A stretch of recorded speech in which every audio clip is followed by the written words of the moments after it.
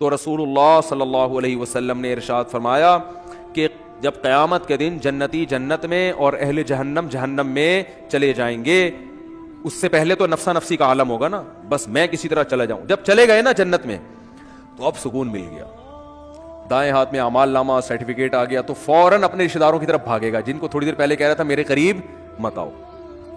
تو اللہ فرماتے ہیں جیسے ہی اعمال نامہ دائیں ہاتھ میں آئے گا، ہاں اقرؤ کتابیہ، ارے ابا کہاں ہیں، اماں کہاں ہیں، بیوی کہاں ہیں، بچے کہاں ہیں، میرا اعمال نامہ پڑھو، میرا اعمال نامہ دیکھو.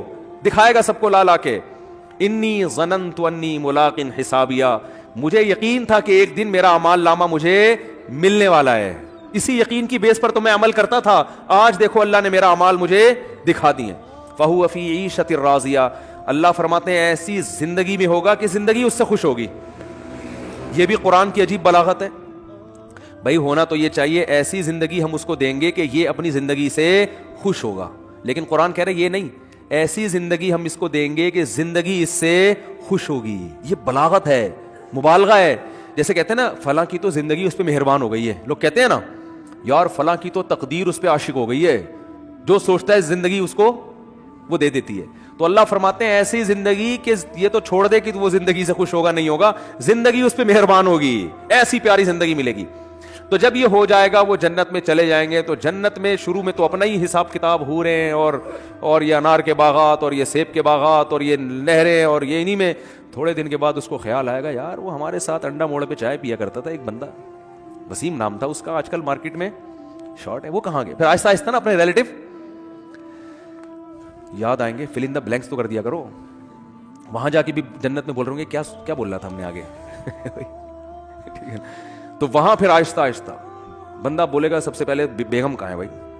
اگر مرد جنت میں گیا بیگم جہنم میں تو وہاں گئے یار ہو سکتا ہے بولے یار چلو ٹھیک ہے، یہ بھی ممکن ہے وہ کھمبا بچانے والا نہ ہو جائے نا، یہ کیفیت نہ ہو. تو وہ جائے گا بولے گا بھائی بیگم کہاں ہیں، بچے کہاں ہیں، باپ کہاں ہیں، بھائی کہاں ہیں، رشتہ دار کہاں ہیں، فلانا آدمی کہاں ہے، فلاں کہاں ہے. تو آہستہ آہستہ جتنا قریبی رشتہ ہوگا نا، جس سے جتنا تعلق ہوگا وہ یاد آنا شروع ہوں گے اور وہ ادھر سزا کھا رہے ہوں گے جہنم. تو نبی صلی اللہ علیہ وسلم نے فرمایا یہ جنتی اللہ سے اپنے رشتہ داروں کے اور ریلیٹیوز کے بارے میں لڑیں گے. ظاہر ہے اللہ سے تو لڑنا بھی حرام ہے اور اللہ سے لڑنا کسی کے بس میں نہیں ہے. یہ بلاغت ہے. کیا مطلب؟ اتنی اللہ سے دعا مانگیں گے، اتنا پیچھے پڑیں گے جیسے کوئی لڑ رہا ہوتا ہے. جیسے قرآن میں آتا ہے یجادلونا فی قوم لوط، ابراہیم علیہ السلام کو جب پتہ چلا کہ لوط علیہ السلام کی قوم تباہ ہونے والی ہے، فرشتے جا رہے ہیں، تو اللہ کہتے ہیں ابراہیم ہم سے جھگڑا کرنے لگے کہ بھائی قوم لوط کو ہلاک مت کرو، کیونکہ ابراہیم نرم دل تھے تو جھگڑا کرنے لگے. اللہ سے جھگڑنا تو کفر ہے نا. تو یہ قرآن کی بلاغت ہوتی ہے، یعنی ایسی دعائیں مانگنے لگے جیسے ہم سے لڑ رہے ہوں. جیسے کوئی فقیر چپک جائے نا آپ کے ساتھ، او بھائی 5 روپے دے دے، 5 روپے دے دے، آپ کہیں لڑ کیوں رہا ہے یار، کہتے ہیں نا لڑ کیوں رہا ہے، اور جان چھڑانے کے لیے بعض دفعہ اس کو پیسے دے دیے جاتے ہیں. پتہ ہے مستحق نہیں ہے لیکن یار جو چپک ہی گیا پھلترو کی طرح پھلترو لفظ یاد رکھو، صحیح ہے نا ٹھیک ہے. تو اللہ نے بعض، یہ قرآن کے الفاظ ہیں نا، ایسے الفاظ قرآن بلاغت ہے. یہ تو حدیث میں آتا ہے کہ اللہ سے جھگڑا کرنا شروع کر دیں گے، یعنی اتنا زیادہ مانگیں گے گویا کہ جھگڑ. یاد آئیں گے یار ہمارا دوست تھا وہ جہنم میں آگ میں، تو اللہ تعالیٰ ان کے لیے، ہاں وہ جو اصل میں حدیث سنا رہا تھا نا، تو اتنی لمبی تمہید ہو گئی، وہ کہیں گے اللہ سے جا کے اے اللہ بہت سے ایسے ہمارے دوست احباب رشتہ دار تھے یصلون معنا ویصومون معنا، جو ہمارے ساتھ نمازیں پڑھا کرتے تھے، رمضان کے روزے رکھا کرتے تھے، مگر آج وہ ہمیں جنت میں نظر نہیں آ رہے. اس سے کیا پتہ چلتا ہے؟ وہ بھی یہ بتائیں گے کہ وہ مسلم تھے، کیونکہ یہ کافر کے بارے میں تھوڑی خیال آئے گا ان کو. ہائے ہائے کیسے سمجھائیں یار. یہ کافروں کے بہت، کافر کا تو پتہ ہے کہ دنیا میں اللہ نے مغفرت پہ پابندی لگائی ہوئی ہے، تو آخرت میں کہاں سے ہوگی. کافر کا تو دیکھ رہے ہیں اللہ ابراہیم علیہ السلام اپنے باپ کو نہیں بخشوا سکیں گے، تو ہم کون سا ابراہیم علیہ السلام سے آگے نکل گئے کیا. تو یہ اپنے مسلم ریلیٹیوز کے بارے میں، تو ان کا اسلام ثابت کرنے کے لیے اللہ کے سامنے حوالہ کیا دیں گے؟ اے اللہ وہ نماز بھی پابندی سے پڑھا کرتے تھے، رمضان کے روزے بھی رکھتے تھے، مسلم ہیں، لیکن آج ہمیں نظر نہیں آ رہے. گناہ اور گناہ تھے، زنا تھے، چوری تھی، کچھ بھی تھا. اس سے اندازہ لگاؤ وہاں بھی ان کو اپنے ریلیٹیوز کا مسلمان ہونا ثابت کرنے کے لیے شناختی کارڈ نہیں دکھائیں گے وہ کہ اللہ یہ دیکھو نادرا میں لکھا ہوا تھا انہوں نے اسلام. وہاں بھی اللہ ثبوت مانگے گا، اسلام کا ثبوت کیا تمہارے پاس؟ تو ثبوت پیش کریں گے، اللہ تو تو جانتا ہے, تو اعمال نامہ نکال کے دیکھ لے, نمازوں میں ہمارے ساتھ کھڑے ہوتے تھے, رمضان کے روزوں میں ہمارے ساتھ ہوتے تھے, روزے نہیں چھوڑتے تھے رمضان کے, اور نہ نماز چھوڑتے تھے, کیونکہ اسلام کا رکن ہے نا یہ. تو پھر اللہ حدیث میں آتا ہے حد بندی کرے گا. اچھا تو ایسا کرو جیسے حد بندی ہوتی ہے نا, گورنمنٹ جیسے بعض موقعوں پہ جیل کے قیدیوں کو چھوڑتی ہے, تو انتہائی سنگین نوعیت کے مجرموں کو رکھا جاتا ہے, اس سے کم درجے کے مجرموں کو چھوڑ دیا جاتا ہے, اور کچھ کو تخفیف کر دی جاتی ہے کہ بھائی ٹھیک ہے سزا تو تھی 14 سال, لیکن سفارش کی وجہ سے وہ کیا کی جا رہی ہے, 7 سال کی جا رہی. تو اللہ حد بندی کریں گے, کیونکہ کچھ ایسے نمازی ہوں گے چھوٹے موٹے گناہ تھے, کچھ چھوٹے تو گناہ کی وجہ پہ جہنم میں نہیں جاتا, یعنی کبیرہ جو دوسروں کی نسبت چھوٹے تھے, ایک آدھ دفعہ کبیرہ گناہ ہوا, توبہ نہیں کی, مر گئے, تو اللہ کہیں گے چلو ان کی سزا تو بنتی تھی, مگر میں تمہاری سفارش کی وجہ سے ان کو جہنم کی آگ سے نکال رہا ہوں.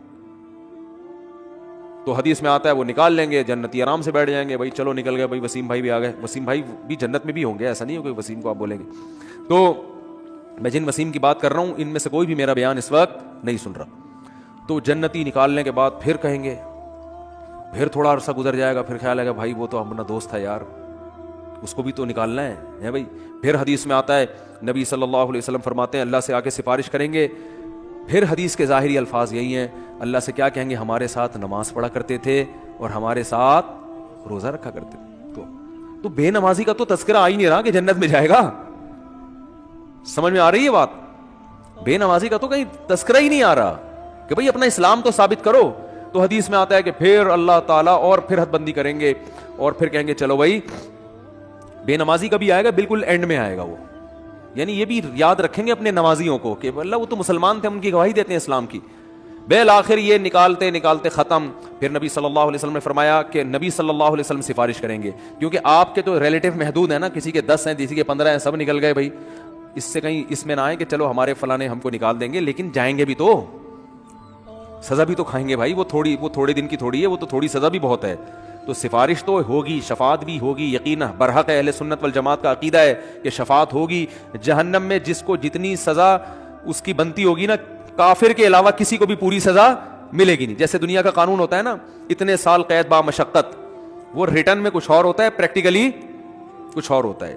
تو ریٹرن میں تو اللہ کے ہاں لکھا ہوا ہے کہ زانی اتنے سال جہنم میں جلے گا, قاتل اتنے سال جہنم میں جلے گا, فلاں اتنے سال, لیکن یہ ریٹرن میں اصل سزا وہی ہے. لیکن پریکٹیکلی کیا ہوگا کہ سفارشوں کی بیس پہ سزائیں کم ہوتی چلی جائیں گی. بھائی اس کے اتنے سال تھے اتنے کم ہو گئے, اتنے سال تھے اتنے کم ہو گئے. تو نبی صلی اللہ علیہ وسلم نے فرمایا, یہ بھی حدیث میں کمپلیٹ کر دیتا ہوں, اگرچہ یہ موضوع کا حصہ جتنا تھا وہ میں نے بیان کر دیا, لیکن بڑی دلچسپ حدیث ہے. آپ صلی اللہ علیہ وسلم نے فرمایا پھر نبی کا رشتہ امتیوں سے کس کا ہے, امتی ہونے کا. آپ صلی اللہ علیہ وسلم پھر اپنی امت کو نکالیں گے. وہ بھی اللہ حد بندی کرے گا کہ اتنے اس لیول کے لوگوں کو جن کے گناہ اس نوعیت کے تھے ان کو آپ کی سفارش سے نکالا جائے گا. یہاں تک کہ آپ صلی اللہ علیہ وسلم نے فرمایا کہ میں بھی سفارش ختم کر دوں گا, جتنے لوگوں کو نکالنا تھا. تو اللہ کہے گا کہ کوئی ہے مزید سفارش کرنے والا؟ آواز آئے گی بھئی اب کوئی بھی نہیں ہے. اللہ کیا کیا پیارے الفاظ ہیں یار حدیث کے. اللہ فرمائیں گے هل يبقى الا الرحمن, جو رحمان ہے سب سے زیادہ رحم کرنے والا وہ تو ابھی باقی ہے. یعنی تمہیں اگر ترس آ رہا ہے, کوئی تمہارا ماموں ہے, کوئی تمہارا چاچا ہے, کوئی تمہارا باپ ہے, تم ان رشتوں کی بیس پر, اور نبی ترس کھا رہے ہیں کہ میری امت ہے, تو اللہ فرمائیں گے میں تو رحمان ہوں اور یہ میری مخلوق ہے. میں تو رحمان ہوں نا, تو رحمان کیسے چھوڑ دے گا؟ وہ نہیں کہ وہ اپنی مرضی سے نہیں نکالے گا.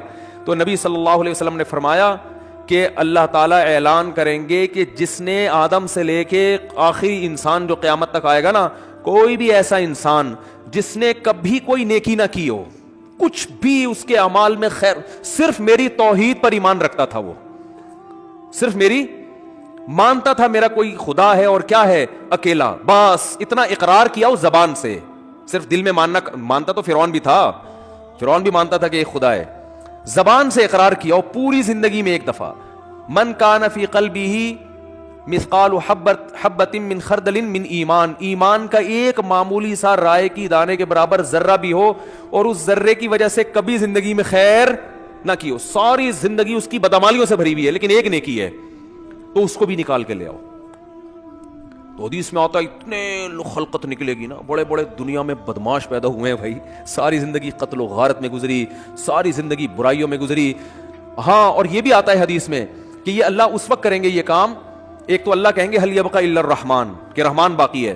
دوسرا اس وقت کی جو کافر ہے نا, وہ اہل ایمان کو تانا دے گا کہ یار ہم بھی برے تھے تم بھی برے, صحیح ہے نا, ہم غیر مسلم تھے اور تم اپنے آپ کو کیا کہتے تھے, تم ایک خدا کو مانتے تھے, تو تمہارے ایمان نے تمہیں کوئی فائدہ نہیں پہنچایا. ہمیں تم دنیا میں کہتے تھے اسلام قبول کرو, ایمان لے کر آؤ, تو بھائی انجام تو تمہارا بھی وہی ہے جو ہمارا ہے. تو قرآن کے حدیث میں آتا ہے اللہ تعالیٰ اس وقت جس کے دل میں بھی رائی کے دانے کے برابر بھی ایمان ہوگا نا, اللہ کہے گا میں اپنے ماننے والوں کو نہ ماننے والوں کے ساتھ نہیں رکھ سکتا. یہ غیرت کا مسئلہ ہے. تبھی لوگ کہتے ہیں نا غیر مسلم اتنے نیک اچھے اعمال کر رہے ہوتے ہیں, وہ جہنم میں کیوں جائیں گے؟ او بھائی غیرت کا مسئلہ ہوتا ہے. آپ کی فرض کرو 2 بیویاں ہیں, ایک بہت خدمت گزار ہے لیکن وہ کہتی ہے کہ بھائی میں آپ کی بیوی بھی ہوں, اور وہ جو فلاں جو ہے نا سبکتگین, ایسا نام نہ لو کہ وسیم ستار کو غصہ آ جائے نا, بہت مشکل سا نام کوئی بتاؤ, سبکتگین بھی نام ہوتا ہے نا کیونکہ یہ غیرت والا مثال ہے. سبکتگین نہیں بھائی, کچھ بھی بتا لو یار, ہیں ابے کوئی ایسا مشکل سا نام بتاؤ دنیا میں کسی کا ہوتا ہی نہیں ہے. ABCD, صحیح ہے نا. وہ آپ کی 2 بیویاں تھیں, ایک اکڑ والی مانتی نہیں ہے بات کو, چائے کا بولو نہیں پکا کے لائے گی, آپ بولو بھائی کھانا پکاؤ نہیں پکائے گی, ہر وقت بس زبانی بد کلامی. لیکن جب اس سے پوچھا آپ کے میاں کون ہے, بھائی یہ میرے میاں ہے بس, ٹھیک ہے میں نہیں مانتی, ان کی ایک نہیں مانتی, لیکن ہے یہ میرے میاں, مجھے ماننا چاہیے ان کی, مجھے ان کا احترام کرنا چاہیے, لیکن اسے ہوتا نہیں ہے, اوپر سے فالٹ چلا رہا ہے, ہمارے خاندانی مسئلہ ہے, یہ آپس کی بات ہے ہماری. لیکن ہے بھائی یہ میرا میاں, اس کے علاوہ میں کسی اور سے محبت نہیں کر سکتی. میاں والی جو محبت ہے وہ اسی سے ہوگی. دوسری بڑی فرما بردار ہے, او بھائی جب چائے کا بولا بٹن دباؤ چائے آ رہی ہے, اور ہوسٹس والے اخلاق رکھے ہوئے, اس نے ٹریننگ وہاں سے لی ہوئی ہے, اس کی والدہ نہیں سکھائے اس کو یہ آداب تمیز. لیکن وہ آفس میں بھی آپ کے کسی دوست سے بھی اس کے سلام دعا بہت اچھی ہنس ہنس کے بات کرتی ہے. آپ جب کہتے ہیں بیگم مجھے بڑی غیرت آتی ہے, تو کہتے ہیں کیا ہو گیا, براڈ مائنڈڈ بنو, اگر تم سے میں محبت کر سکتی ہوں تو میرا پرانا بوائے فرینڈ ہے وہ, مجھے اس سے بھی وہی عشق ہے جو تم سے, بلکہ اسے تھوڑا زیادہ ہے, اتفاق سے شادی تم سے ہو گئی میری, چاہتی تو میں تھی وہاں ہو لیکن اب ہو گئی ہے, مجبوری میں گزارا کر رہی ہوں, نادرا میں سرٹیفکیٹ بن گیا, پھر دوبارہ سے 4-5 ہزار روپے کا خرچہ آئے گا, وہیں رہنے تو کاغذ میں رہنے تو, لیکن ویسے مجھے محبت اس سے ہے. رکھو گے غیرت اگر ہوگی تو بولا کہ بھائی وہ جو ہے نا, جو ایک ذرا بھی خدمت نہیں کرتی, کم از کم مجھے اطمینان ہے کہ صرف کس کو مانتی ہے, شوہر مجھے مانتی, اور یہ تو یہ اتنی وفادار ہے نا, تو وفادار تو میں گھر میں کوئی ماسی لا کے رکھ لوں گا, بٹن دباؤ اس سے زیادہ کام کرے گی. ماسیاں زیادہ کام کر لیتی ہیں نا. کیا ہو گیا بھائی, ماسی کو تو پوچھا لگانے کا بولو پوچھا لگائے گی, بیگم کو بولو پوچھا لگانے, تو کہے گی میں کیا پوچھا لگانے کے لیے آئی ہوئی یہاں پہ, اس لیے مجھ سے شادی کی تھی پوچھے لگوانے کے لیے, وہ تانا دے گی آخر, ماسی تھوڑی تانا دے گی. تو بیوی کی ڈیفینیشن میں سب سے پہلے یہ کہ وہ آپ کے علاوہ کسی اور کو شوہر نہ مانتی ہو, باقی محبت کرے کسی سے, ابا سے باپ والی, بھائیوں سے بھائی والی, لیکن جو شوہر سے جس طرح کی محبت کی جاتی ہے, عشق کیا جاتا ہے, وہ صرف میاں ہی ہے. تو جیسے میرے بھائی مرد اس معاملے میں شرکت برداشت نہیں کرتا اگر غیرت ہوگی, تو اللہ بھی کہتا ہے بھائی تم کتنے بڑے سائنسدان ہو, تم کتنے بڑے فنٹر ہو, تم نے ساری انسانیت کی خدمت کر کر کے ان کے پیٹ بھرے, اگر میرے ساتھ کسی اور کو بھی خدا مانتے ہو تو ان نیکیوں کا بدلہ پھر اسی سے جا کے لو.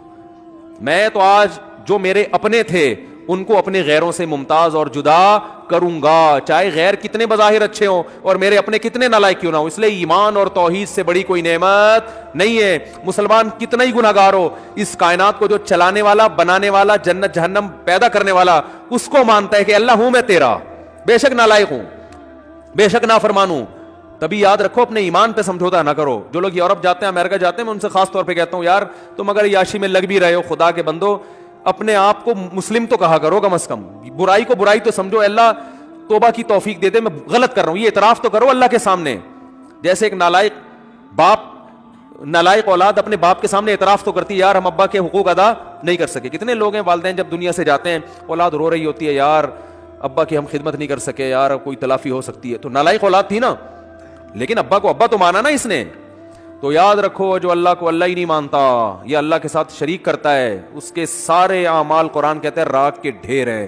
جیسے پھونک لگاؤ سارے اعمال اڑ گئے, پورا پہاڑ اڑ جائے گا نا, پھونک دیکھنے میں بہت ہے, اللہ فرماتے ہیں ایسا ہی ہوگا. تو نبی صلی اللہ علیہ وسلم نے فرمایا سب سے جو رائی کے دانے کے برابر بھی توحید کا قائل تھا نا, اس کو بھی اللہ نکال لے گا. تو اس لیے جہنم میں صرف وہی رہے گا جو مشرک ہے, جو کفر پہ مرا, جو قرآن کا, اللہ کے رسولوں کا انکار کرتا ہے. اس کے علاوہ جو بھی ایمان کی حالت میں جائے گا بالآخر ایک نہ ایک دن وہ نکلے گا.